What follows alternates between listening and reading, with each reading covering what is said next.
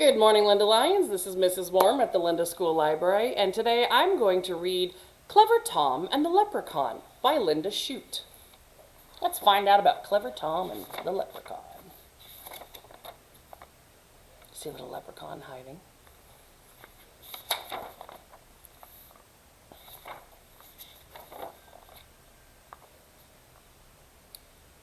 One fine day, on Lady Day in the harvest, Tom Fitzpatrick took a ramble down the lane. Means he went for a walk. Click-clack, click-clack, he heard through the hedge. So Tom tiptoed closer to take a look. What's going on through the hedge? It's a bush. The clacking sound stopped when Tom peeped through the bushes, and in the shadows, what did he see? Why, a gallon pitcher and a teeny tiny man with a brown leather apron and a three-cornered hat.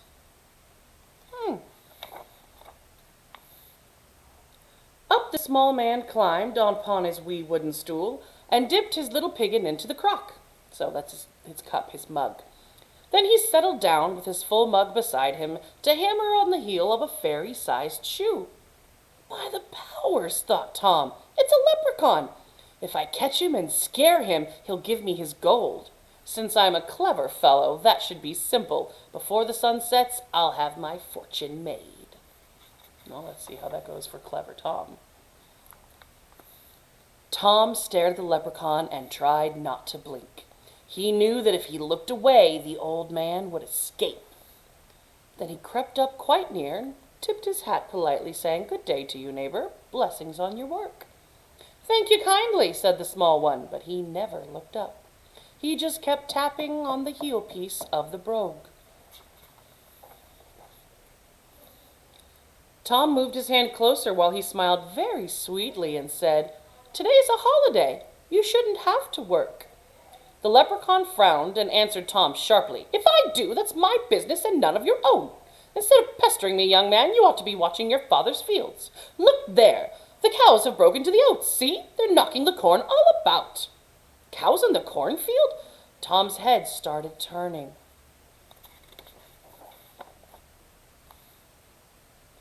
But he wasn't fooled by the leprechaun's trick.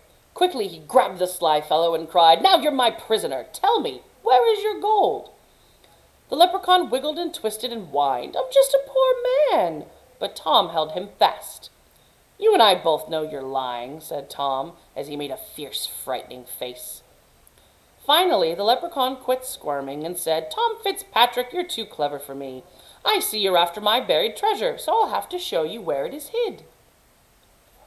Can it be that simple?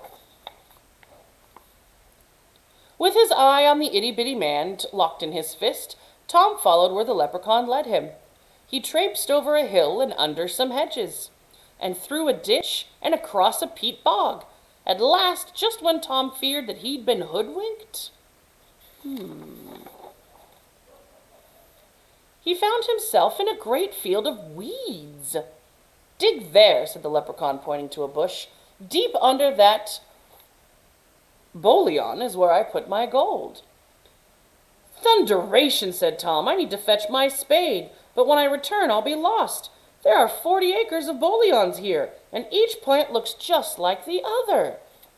However, will he figure it out?"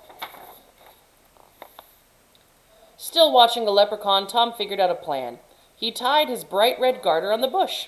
"Swear, you old rascal, that you won't take this off while I run back to get my spade." "That I promise you," the little man said. Tom grinned, knowing that leprechauns always keep their word. "Now, since I have shown you where my treasure is, I don't suppose you'll need me any more." "No," said Tom, "my fortune's made. You may go, and good luck with you."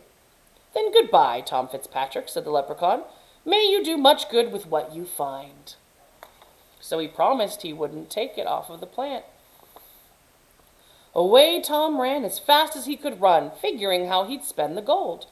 Then back he came with his shovel in hand, back to the field of bolions. Ran off, Tom's back. But when he got there, lo and behold, a garter just like his own was tied to each and every bush as far as the eye could see. So the leprechaun promised not to remove his. He didn't say anything about adding a bunch to all of the other plants. Tom dug under the boliaun where he thought he'd tied his garter, but nothing was buried under that bush, and so he dug up under another. He dug to the east, and he dug to the west, and still he found no treasure.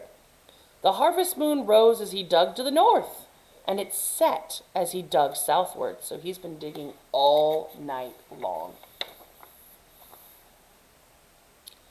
When the sun came up, Tom saw that he'd dug 100 holes, and tired Tom Fitzpatrick knew he couldn't find that gold, so he gave up and headed for home. Look at all of the work he did. He dug up that entire field of weeds. From then on, Tom always carried his spade, and he never stopped listening for a tapping in the field. Every chance he got, he'd tell how he nearly found the gold. And since I'm a clever fellow, Tom would end his tale, the next time, if I catch the leprechaun, I'll have my fortune made. Here's a little somebody hiding, listening to him telling the tale.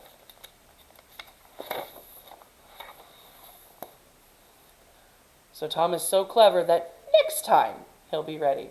I hope you guys had a great time listening as much as I always have reading. Have a great day.